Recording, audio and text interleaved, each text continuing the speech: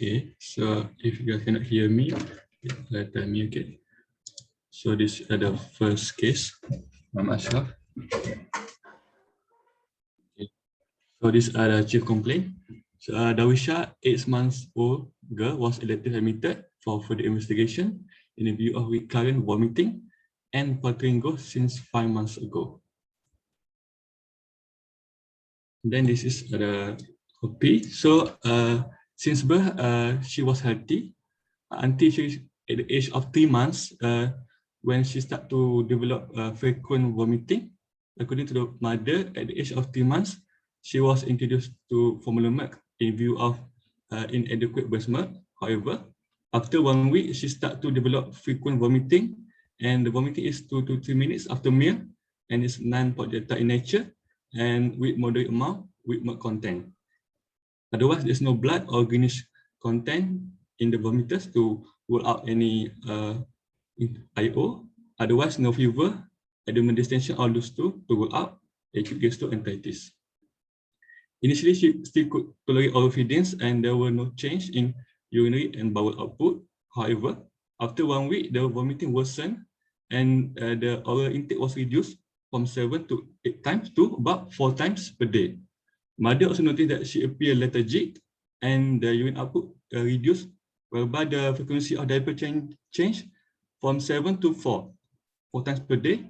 Thus, mother brought the child to emergency department at KMC, and the blood investigation was done and revealed there is bacteremia, and she was admitted for antibiotic therapy. Her condition improved after a completion of 10 days of antibiotic, but the symptom of vomiting recur after 3 weeks, and she started to develop on and off fever. And her weights during the follow-up at KK at 5 months age noted to be below the 3rd centile. And then she was admitted again at KMC, where she was initially diagnosed with lactose intolerance, and thus she was started on IV fluid infusion, and her regular formula milk was changed to soy-based formula milk. At the ward, the next day at the ward, she developed generalized body swelling and facial puffiness. Thus, she was infused with fluid, and the fluid infusion was stopped, and urine was sent for investigations. And then the ultrasound of the kidney was done and revealed that she has UTI and bilateral hydronephrosis. Thus, she was started on IV antibiotic with complete course of 2 weeks and was then referred to pediatric clinic HCA for further management. After discharge and completion of antibiotic, her condition improved, and she had a follow-up at a pediatric clinic 1 month ago and was given prophylactic antibiotic. Currently, she is elected admitted for MCUG, micturating cysto-urethrogram study. For the birth history is uneventful. She was born term at 39 weeks, and she only has a neonatal jaundice in which she required 1 day admission for phototherapy. And for the nutritional history, she was weaning at 7 months, and her diet include formula milk and also Nestum. And for growth and developmental history, weight previously at the 3rd centile, but now is increasing and at below 50 centile. And her developmental milestone is normal according to the age, and for the immunization history also complete. For the family history, she is the youngest of the sibling, and her second sister have bronchial asthma. Otherwise, no family history of vesico-ureteric reflux, kidney disease, or malignancy. And for the social history, she lived in Kampung Padang with 8 house occupants. So for the history, is there any question? If no question, I proceed to the physical examination. So because this patient is electively admitted, so it's quite normal. So on the general examination, he appear pink when alert, not in respiratory distress or pain, and there is no facial puffiness, periorbital edema or pediatric edema. So the edema was resolved, and then all the vital signs were all normal. And then I would like to add the check for the back examination to rule out any spina bifida, because it's one of the causes of recurrent UTI. And then for the abdominal examination, the abdomen was not distended and soft and non-tender, and there's no palpable mass or palatable kidneys to any hydronephrosis, and bowel sounds was normal. Other system was unremarkable. So summary for this patient is my patient 8 months old Malay girl with previous history of recurrent UTI requiring ward admission and antibiotic therapy for 2 times, currently elected admitted for MCG in view of bilateral hydronephrosis detected on ultrasound during previous admission. She had received prophylactic antibiotic. Last dose given was 1 month ago and currently well with no UTI symptom. On examination, vital signs were normal and abdominal examination were unremarkable. No mass, no kidney, no palatable kidney. Okay. So my provisional diagnosis would be the recurrent UTI secondary to primary vesico-ureteric reflux. I put the recurrent UTI because in infants, the symptom of UTI is non-specific. So patient can come with fever and vomiting. So for this patient, she has frequent vomiting and also on and off fever. And failure to charge is also the symptom sign of the recurrent UTI or UTI. And then the primary vesico-ureteric reflux is the most common form of the VUR. And then during the previous admission, she also have bilateral hydronephrosis. So due to vesico-ureteric reflux, VUR. And my second differential analysis is recurrent UTI secondary to nephrotic syndrome, because during the previous admission, she has a facial puffiness and also general body swelling and on and off fever, because I think it can be due to a complication of nephrotic syndrome, which is immunocompromised. So patient can have an infection due to nephrotic syndrome. However, there is no symptom of faulty urine, but it's hard to determine in infants to look for faulty urine. And the third is recurrent UTI secondary to neurogenic bladder. So basically it's due to the spina bifida. So the points for is more on the UTI, but points against there's no lower limb deformity or wasting, and no signs of a spina bifida such as tuft of hair. And the last one is GERD, gastroesophageal reflux disease. However, for this patient, she appear lethargic and she has flattening of growth. So because GERD usually in healthy children, so this is point again for the GERD. So for the investigation, I divide the blood and imaging and special test. For the blood, but this is relatively limited, so it's quite normal. So what cell count is a little bit high, 12.2, and for the renal profile, I would like to look to rule out any kidney injury and any electrolyte imbalance. And then for the MCG, because to diagnose vesico-ureteric reflux, we have to do MCG, but it's pending in this patient.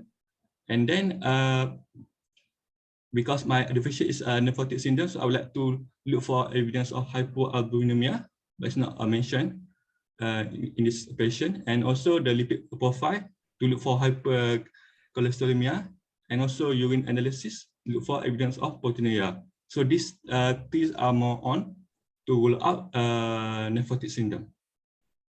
And then this is repeating, sorry, but the second is the MSA scan. So because patient has recurrent UTI, so I feel that patient will develop risk of renal scarring and can develop hypertension or end-stage renal failure.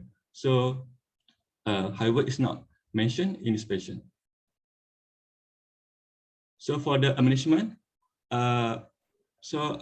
because she was my professional is recurrent UTI, so first I would like to manage the causes. So usually it's due to vesical ureteric reflux. So for the recurrent UTI, we should give the prophylactic antibiotic to minimize the risk of damage to the kidney and also to prevent the recurrence. So for this patient, she was lately admitted for MCUG, and on all the blood investigation was done. She was stable, and then she was undergone MCUG, and the procedure was uncomplicated. So for the, I would like to add for the MCUG, when during the MCUG, we should give the prophylactic antibiotic, and usually we give for 3 days, and MCUG done on the day 2 of the antibiotic course. Okay. Is there any question? Any question from colleague? Do you have any what do you call this? You want to explain a bit what MCUG? How is it performed? So there any photo diagram that you want to share about? I don't put it here. But it's the MCUG, we are using the what is MCUG? The micturating cystouretogram. So what does it mean? What does it mean? Yeah. We assess the anatomical of the urinary tract system. So what do you think is MCUG? How is it performed? They are using the contrast. Yeah. How do you pass the contrast? What is the step that you need to do for MCUG? What are the steps required? First, we should do the baseline renal investigation first. No, what I mean is the MCUG itself. How is it performed? Go through what the thing is a procedure has been performed. How is MCUG performed in this child? Is it from we inject the contrast into the veins, and then we do the serial X-ray? Into the veins, is it? You think into the veins? What does MCUG?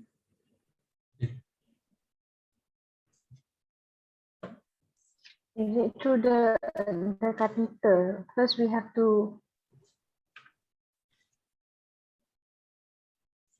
So what do you need to do? What are the process? What are the steps that's required for this child?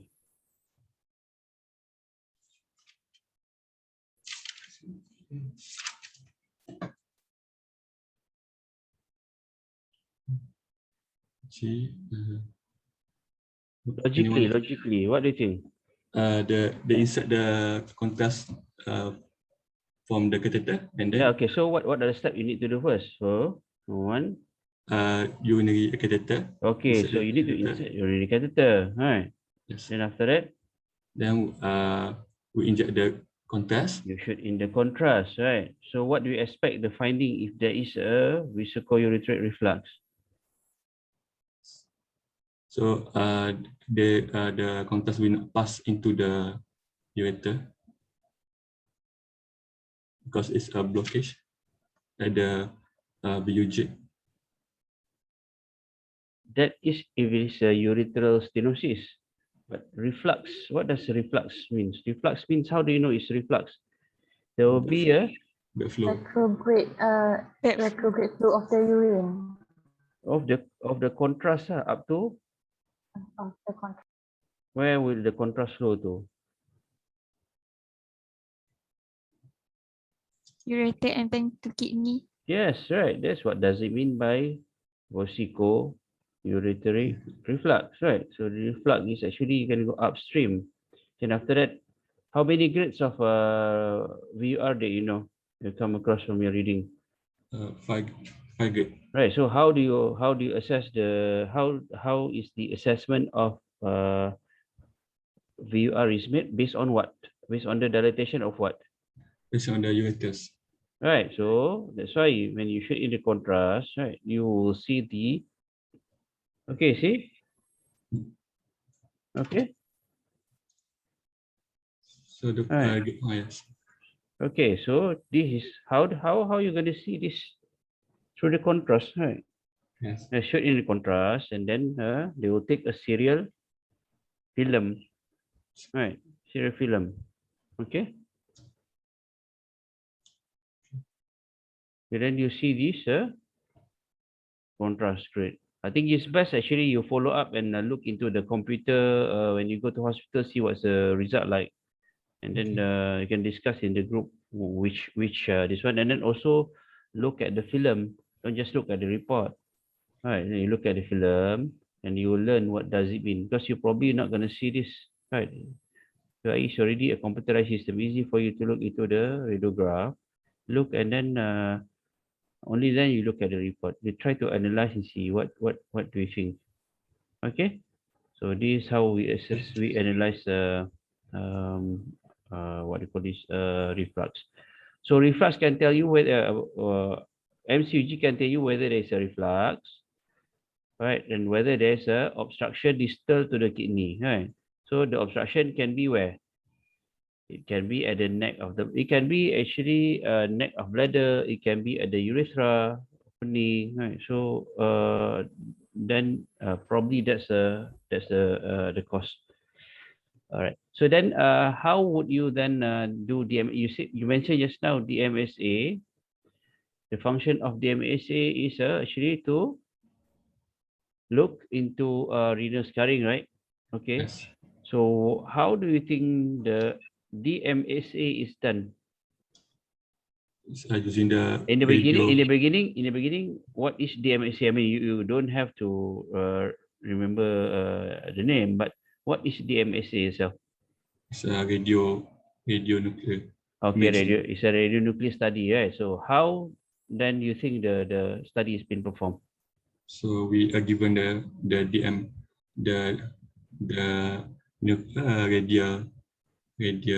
isotope, and then Where we how do you give the radioisotope? How do you think the radioisotope is given to patient? is it oral betul? Huh? Oral. Oral then how? To Oral the then. vein, doctor. So it's a given. It's given The veins to the vein. Intravenously. intravenously, right? Intravenously, then you time it, right? What do you mean by renal scarring? How then? What do you think will happen? So when you inject the contrast radioisotope, they go into the systemic system, absorb to the kidney, right? Then what will it show? The level of uptake. If the more Right. uptake, Okay, the uptake of the radioisotope in the kidney, right or left, right?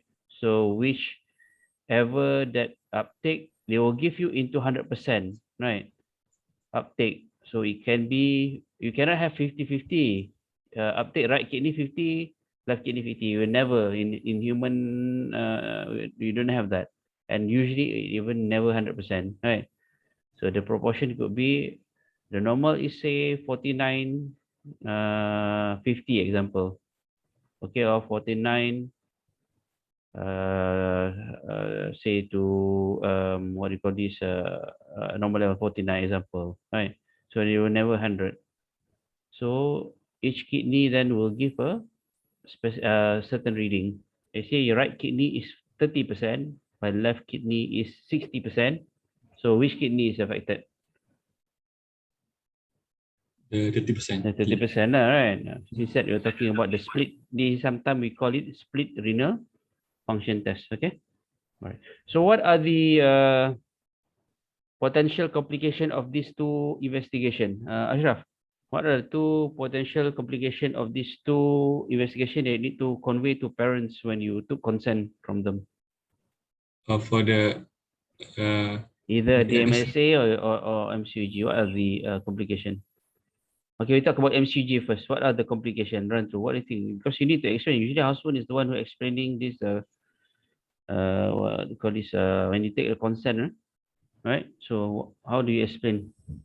So I will explain the first the indication of this procedure to Okay. to look for VUR, and then we'll explain the risk. So risk and the benefit. So the benefit, we can assess the VUR, but for the risk can be several, such as injury to the urethra, and also sometimes it can introduce the more infection if it's not septic procedure, and then damage trauma, and also it can cause bleeding if trauma. What is more? What? Okay. What other thing more important?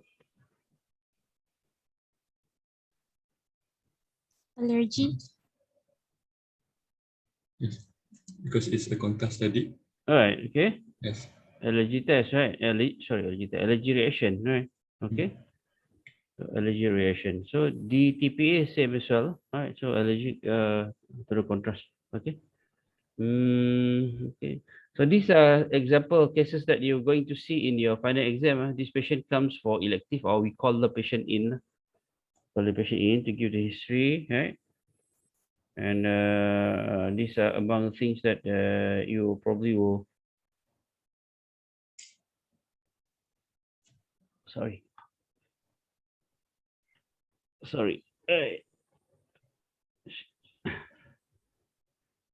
So these are the what they call these cases here. Probably you'll see in your long case. Most common is long case. So urinary tract infection and recurrent infection is very common.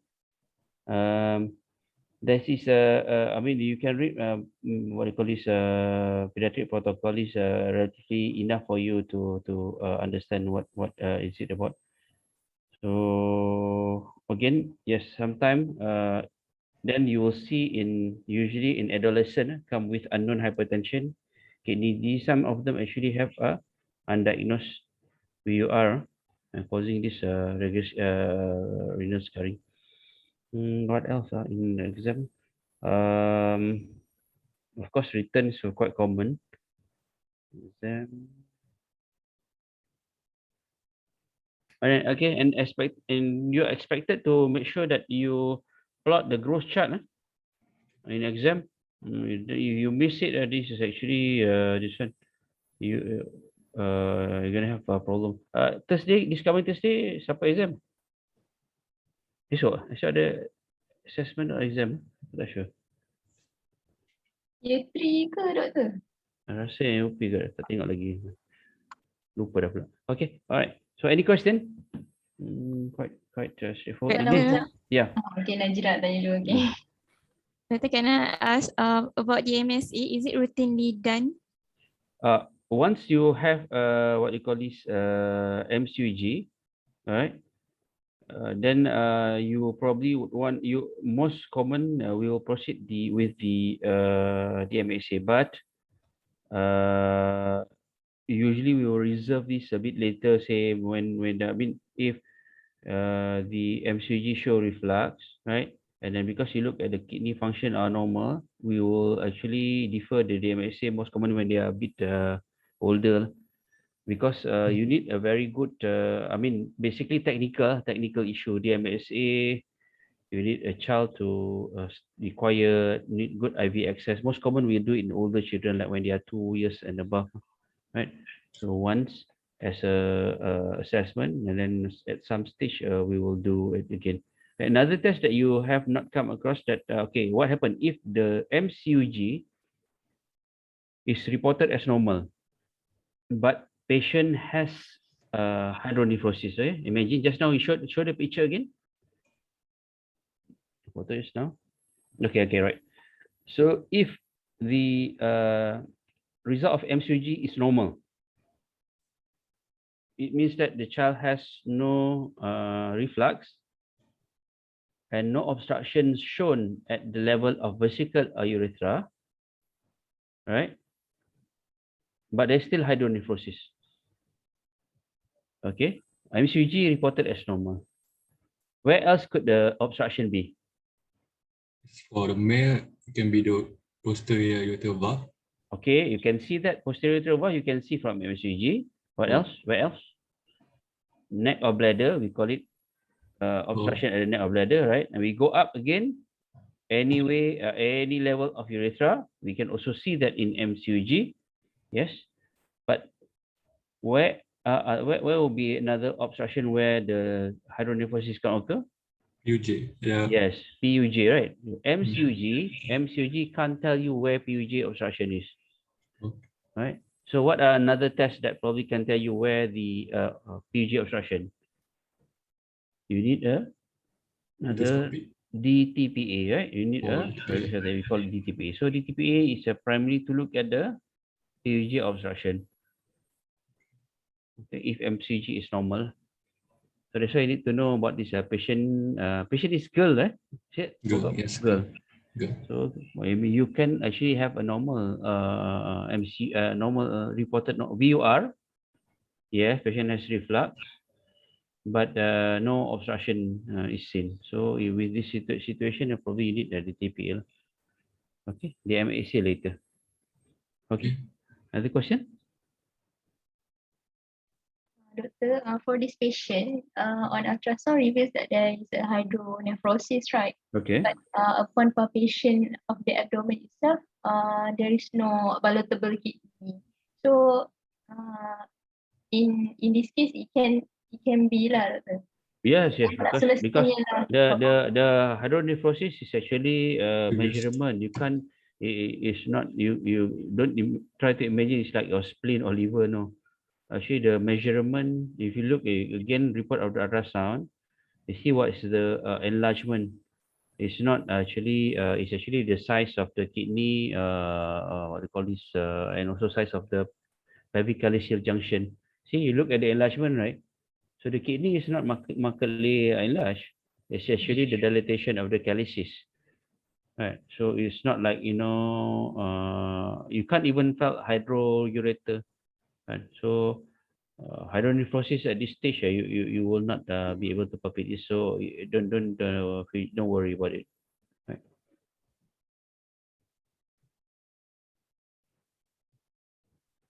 Okay. Any other question? Doctor, for this patient, she was previously diagnosed with lactose intolerance.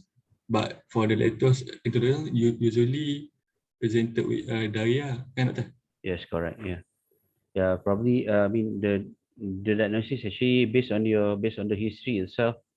I mean, we didn't see the patient initially, right? But again, if the predominantly vomiting alone, no diarrhea, then probably not lactose intolerance. But patient can have a cow's milk allergy. Cow's milk allergy can present with recurrent vomiting without rashes. Okay.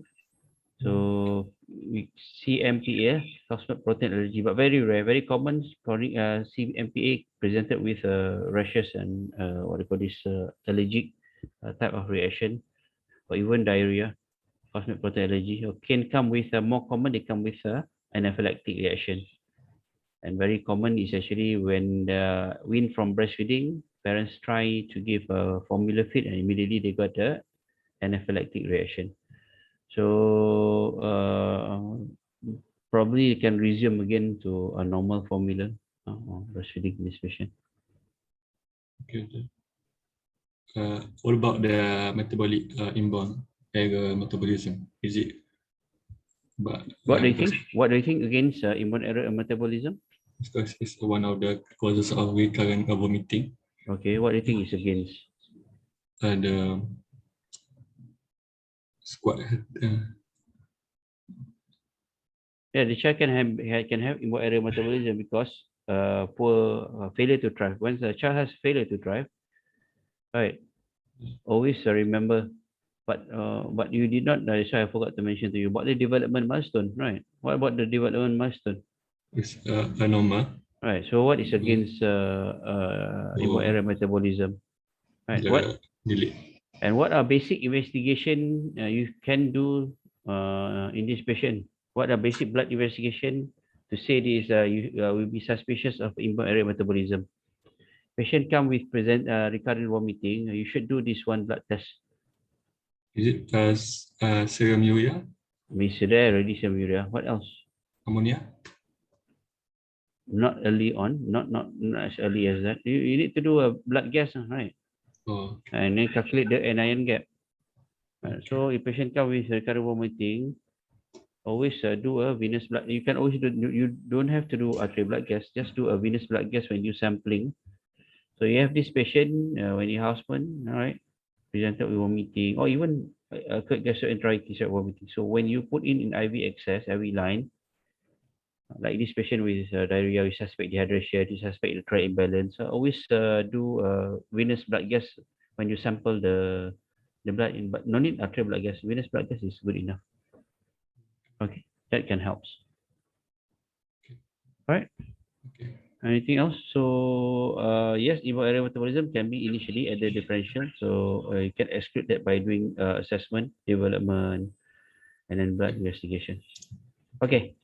Good. All right. No, the next we move to the next presenter.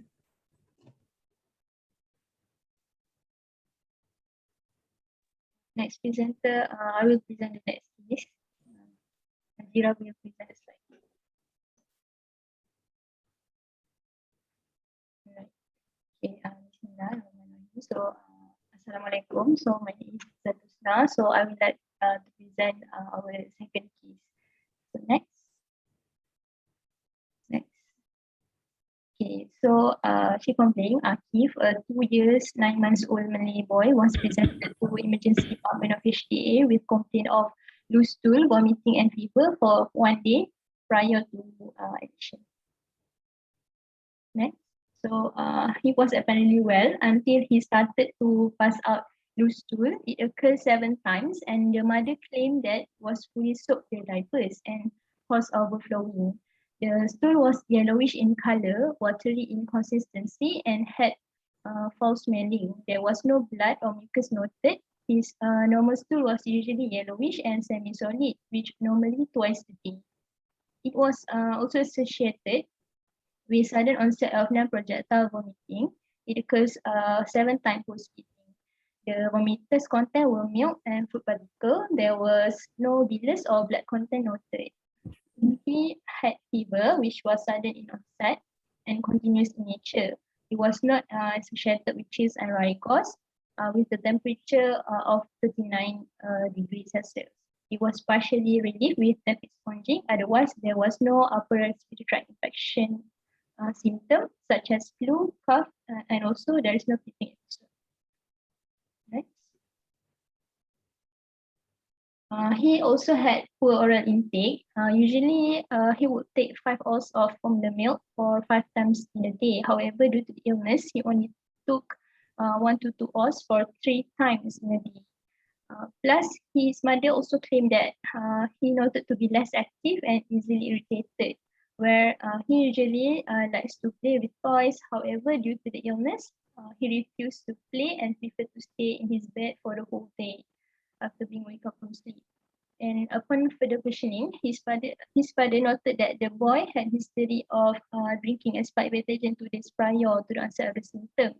Other than that, his bottle hygiene was relatively good since his mother claimed that the bottle was being washed daily after use with hot water and soap. Next.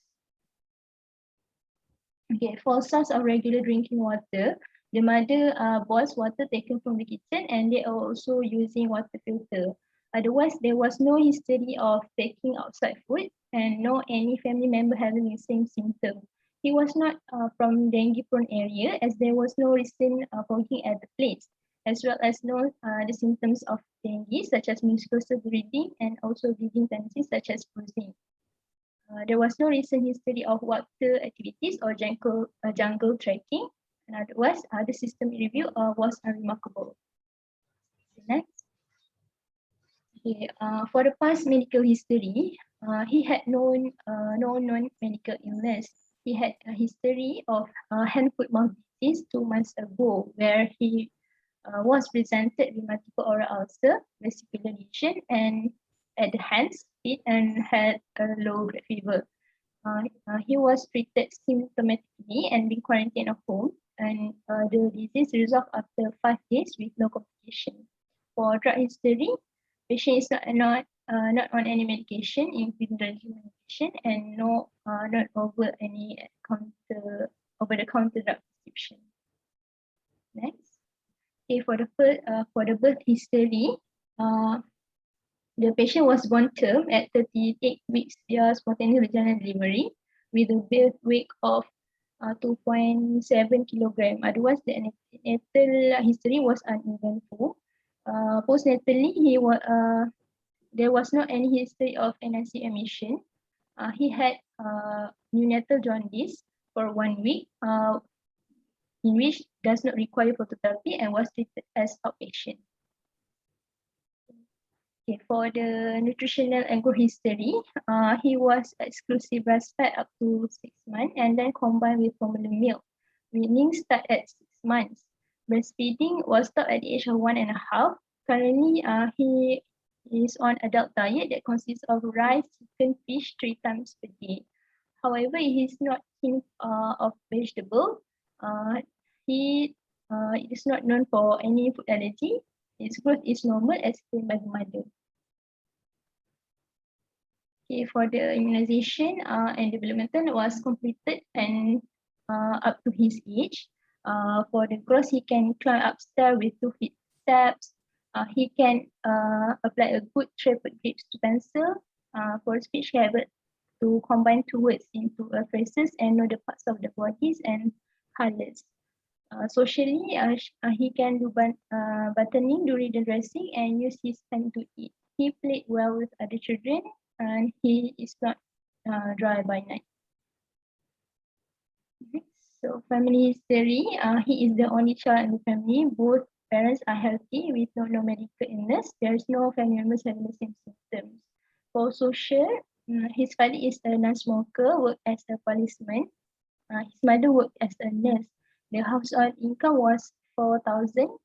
The nearby clinic was clinic Kesihatan Bandar Kuantan, which was about 10 minutes from the house. And a patient is living with his family at a single-story house, which fully equipped with basic amenities, good water and electrical supply. And usually during that time, he was looked after by his neighbor. Okay, next. Maybe I think that's all for the history. So is there any question? If not, we proceed with the physique examination. Okay. So for the physique examination, he was conscious but appeared unwell. He was sleeping throughout the examination and showed irritability when being woke up. He drank eagerly when being offered with a bottle of formula milk. There was a peripheral IV line at his dorsal hand with infusion of 0.45% of sodium chloride and 5% of dextrose solution. There are some signs of dehydration present as such as sunken eyes, dry lips, and clotted tongue. And otherwise, skin turgor was good. His febris were warm and the cafe refill time was less than 2 seconds. Patient still had loose stool, evidenced by the overflowing of the watery from his diapers, and there was marked perianal excavation. Okay, for the vital sign, he is normotensive with pulse rate, a good volume, regular rhythm. Respiratory also was normal and he is febrile. Okay, for the anthropometric measurement, weight 12.5 with height of 92 centimeters. Okay, next. So for the abdominal examination, the abdomen was not distended and no respiration. It was soft and untended, no organomegaly. Bowel sound was normal.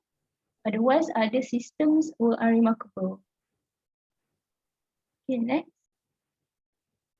So for the case summary, so Akif, a 2-year, 9 months old Malay boy, presented to emergency department of HDA with acute onset of loose stool, vomiting and fever for 1 day duration. It was associated with symptoms of moderate dehydration, such as poor oral intake, less active, and become easily irritated. Otherwise, no mucosal bleeding and bruising, skin rash, neck pain, and headache. there was no history of taking outside food and no history of having water additives or jungle trekking. On examination, patient still had loose stool evidenced by overflowing watery from his diapers. He also had signs of moderate dehydration where he drank eagerly where fluid been offered, associated with sunken eyes, dry lips, and coated tongue. Okay, so my provisional diagnosis would be acute gastroenteritis with moderate dehydration. Points for is that he is having an acute onset of vomiting, loose stool, and fever. And patient has more than 2 signs of moderate dehydration. And generally, patient is irritable, and he had also other signs of dehydration such as sunken eyes, dry lip, coated tongue. However, the turbidity of the skin is normal, and also he drank eagerly when we offered with fluid. Okay, next, one of the differential diagnosis is food poisoning with moderate dehydration. Point 4 is that the patient had diarrhea, stool, vomiting, fever, poor oral intake, and from the history itself, he had ingestion of contaminated expired betagen drink, and also some signs of dehydration. For points against, there is no abdominal pain, headache, no history of taking outside food, and no family member had the same symptoms. Next, my definition is dengue fever. Points 4 is that patient with fever, vomiting, loose stool, poor oral intake, and also lethargic. Points against, there is no abdominal pain, other symptoms of dengue, such as abdominal pain, retroorbital pain, skin rash, mucosal bleeding, and they deny any living in any dengue-prone area, and also there is no family hepatomegaly, which the warning signs of dengue fever. The next is lepto. Point 4 is having a high-grade fever, which is sudden onset, vomiting, loose stool or diarrhea, poor oral intake, or lethargy. Points against, there is no abdominal pain, myalgia, deny any involvement with recreational activities.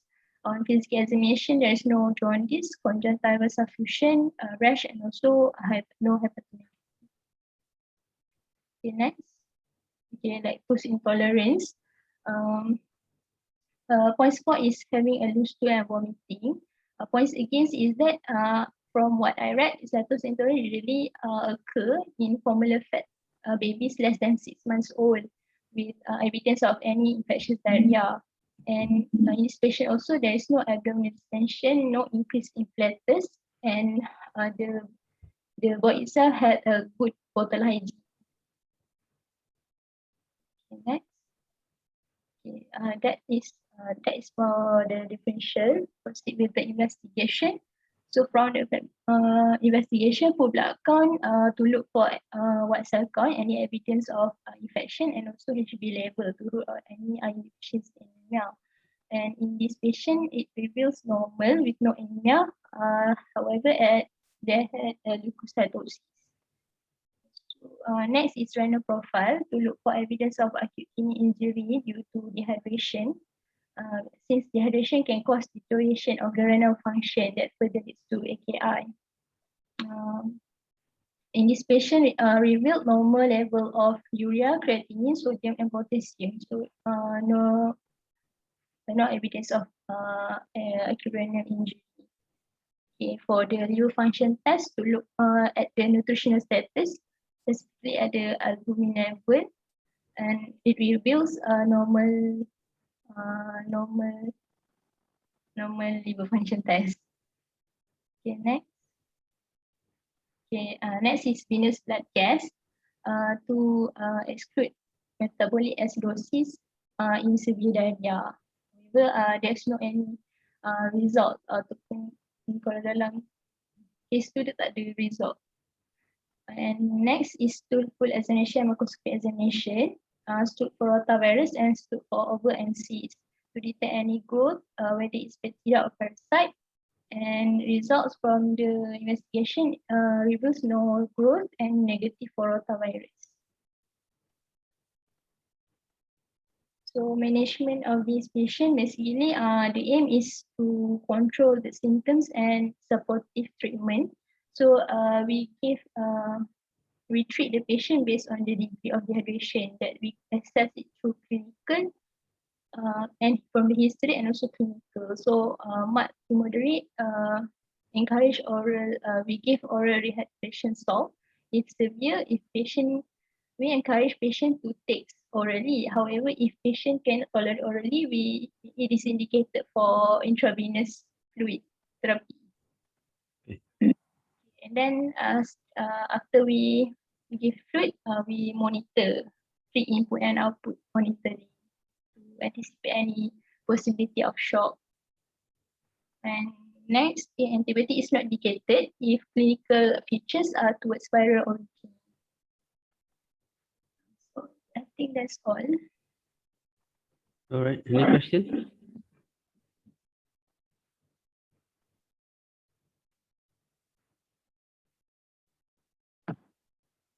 Doctor, I would like to ask, Mm-hmm. dalam PIS protocol, it mentioned that there is a role of giving zinc supplement. In clinical routine, we do that by giving zinc supplement according to the plan, right? For all patients. Yes, correct. But unfortunately, we don't have oral zinc in Malaysia. It's not available in formula, right, for children. So usually it's available in form of, for adult zinc and calcium dispersible tablet example, right? So again, the deficiency the studies have shown that those in developing country are the one that actually having problem with zinc deficiency when they have gastroenteritis, say in example in Bangladesh, in India, because they are originally undernourished. So in this group, yes, actually they give zinc supplement, right? So in Malaysian context, most of our children not undernourished. Right, so even they are on breastfeeding. The parents are actually well nourished, and that's why we don't have see that much problem with our children, despite they having severe diarrhea, and we don't have it. Usually, if the severe one, example, unfortunately they have seizure, right? They have seizure, and then we can Malaysian hospital can do, we can check the magnesium level. So magnesium and zinc are interrelated. So if in the blood we see there's a hypomagnesemia, then we have a magnesium sulfate that we can give is intravenous. It's more common in Malaysia rather than zinc. But what happened is actually if they have a perineal excoriation, right? Quite bad. Why perineal excoriation occurs? Can I actually? Yeah. Can I actually? If I open up my, well, I can share it with you, right? Let me see. I just see whether I can share my tab.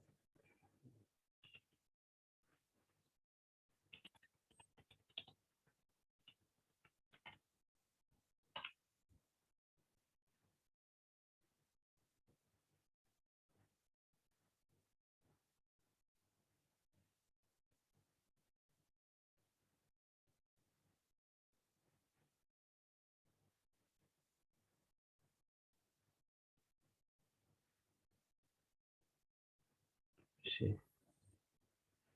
All right. Actually, I want to show this. Let me see. Can where am I now? I can share. I can share my screen, right? Yes.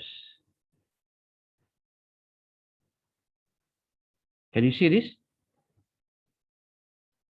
Right. So again, can you see my what do you call this mouse here? Okay. Yes. All right. Yes. So actually, Again, this more common, right? So what happened is actually we call it secondary lactose intolerance. Okay, you have learned this in your what do you call this, microbiology, I'm sure, and physiology, right? So what happened is actually how to explain a patient they have a quite a bad diarrhea. On top of that, they have perineal excoriation, right? So most common is actually when they are infected, example, okay, from either virus or bacterial. So this bacterial or viral will then invade our villi, intestinal villi, yeah, and then cause a disruption and damage. Depends on whether it's enteropathogenic, whether enterotoxin, but mechanism is generally the same. So where does what enzyme available in our villi? Lactase. Lactase, right? So can you explain now why children who are on breastfeeding or on formula feed, they have severe diarrhea each time they pass motion. Siapa present tadi? Najib lah? Najib siapa present tadi? Najira. Siapa Jatuh present? Husna. Husna, Husna. Alright, Husna, nampak. Husna, can you explain based on this? Parents asking you why my daughter is having this severe diarrhea 7 to 8 times and worse is after I gave her breastfeeding or breast milk. Can you explain based on this?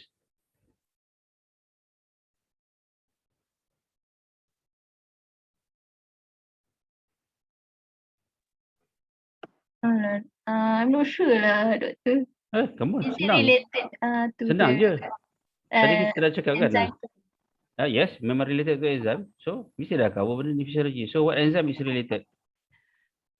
Lactase. Lactase. So, what is available in breast milk or formula feed? In the milk, ada apa? Ada lactose. Alright, so, can you explain? Lactase is an enzyme. So Okay. it digest bukan degrade lactose into simple sugar.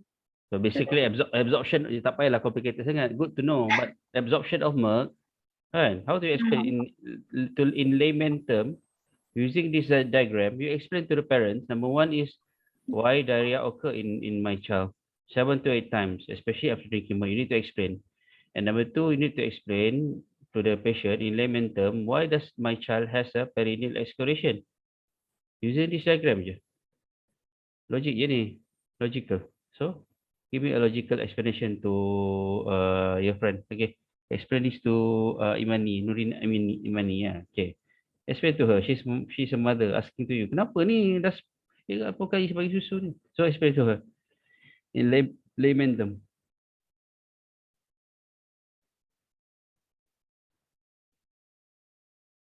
Start with you can start with okay, your child has an infection. Okay, right? Try.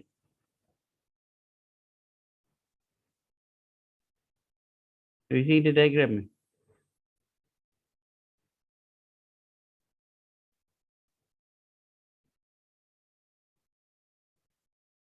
Tak payah fikir, try je kan, try.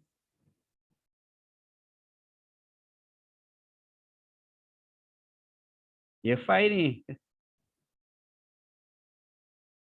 Dia tengah cakap apa tak dengar lah suara you.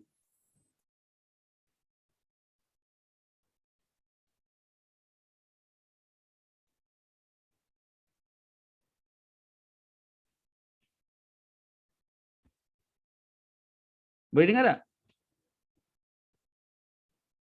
Tak. Huh? Can you hear me? Yes. Tak dengar? Dengar? Yeah. I'm asking tadi apa? Izatul ya? Please, asking Izatul. Izatul, guna layman term, explain to your friend. They asking why my child is having a diarrhea for 10 times. You can start the explanation by start dengan, okay, your child has an infection. Okay, then start. Okay, kita try. Nak explain Melayu ke English? Melayu, doesn't matter. Simple. English lah senang. Melayu susah sikit nak buat. Okay.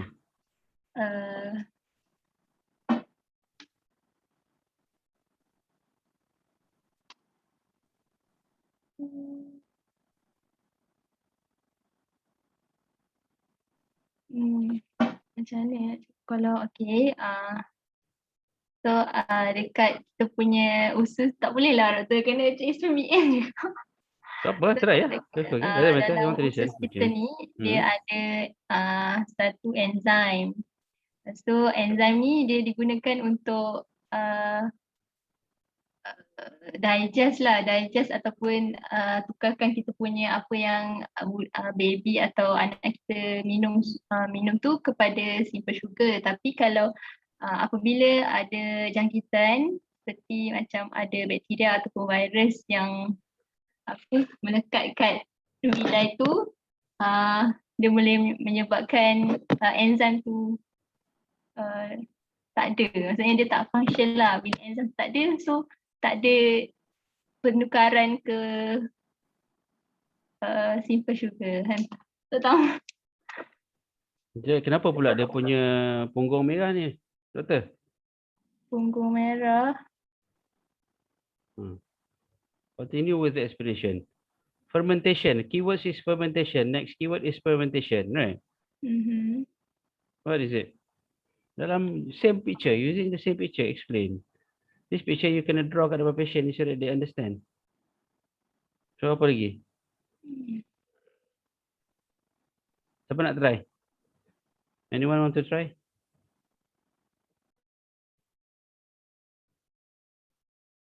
Anyone else want to try how to explain to parents? Takut kena marah pun, kena makan pun. Doktor ni related to mucosal damage kan? Related to mucosal damage, use the word lactase. I want you to lactase and then I want to explain how they develop the perineal excretion. And baru parent understand. Then you also understand why this occurred. Macam mana? Dia start dengan anak you dapat infectious. Sekarang ni anak tuan dapat infectious, jangkitan usus kan. Start macam tu. Lepas tu? Okay. Puan, dekat usus, so akan ada permukaan usus tu akan cedera disebabkan oleh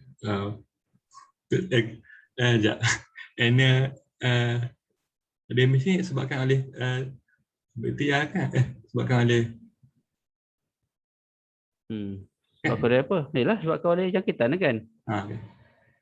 Okay, so puan dekat usus dia punya permukaan akan ada cedera disebabkan oleh jangkitan kuman.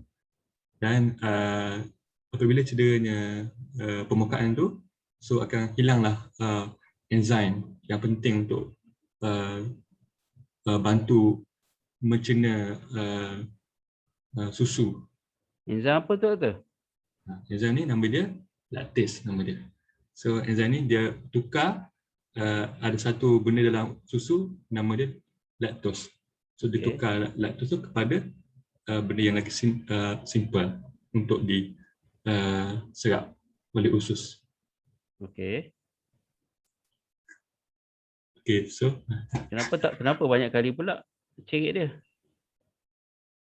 Kenapa setiap kali dia menyusu lepas tu dia berak terus? Sebabkan oleh bila ni adanya enzim ni, lactose tu akan terkumpul di usus dan dia tak diserap. Bila dia terkumpul di usus, dia akan hasilkan, dia akan tarik air.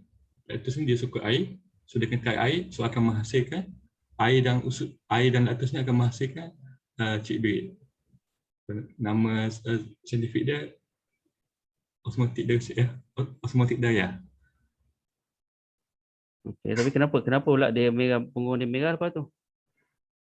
Sebab dia bila asyik cik berit, so akan cederakan permukaan punggung. Jadi saya punya najis anak saya tu kotor lah sampai dia melecet-lecet punggung dia. Kotor?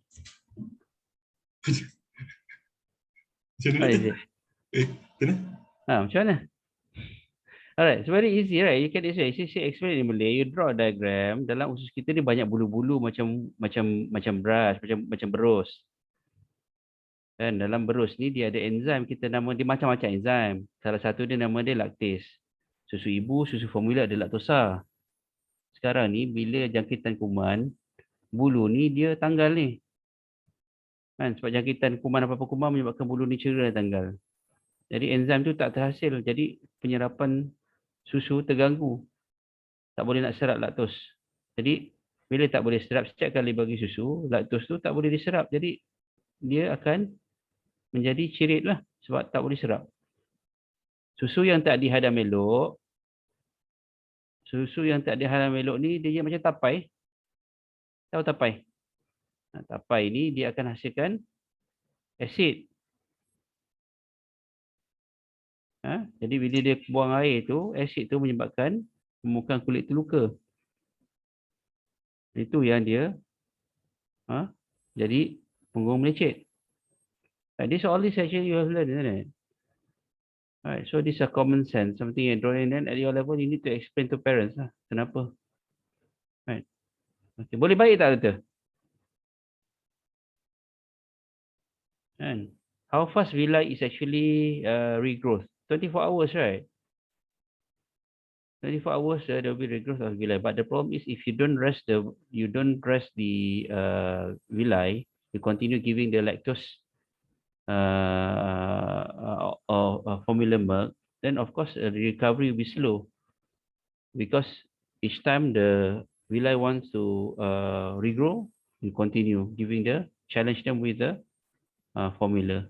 So this is what we call secondary lactose intolerance. Understand?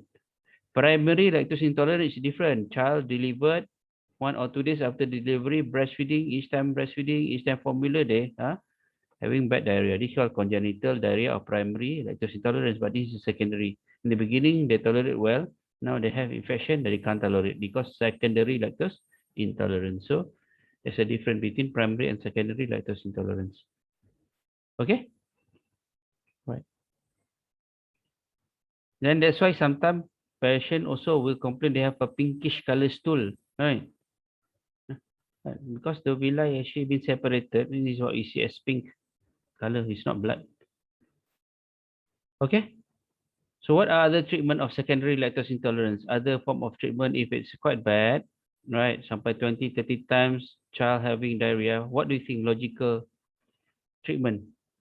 Logical additional treatment that you feel can give this patient? Husna, what do you think a logical treatment if child still persistently having diarrhea each time the child is being fed? What a logical treatment do you think?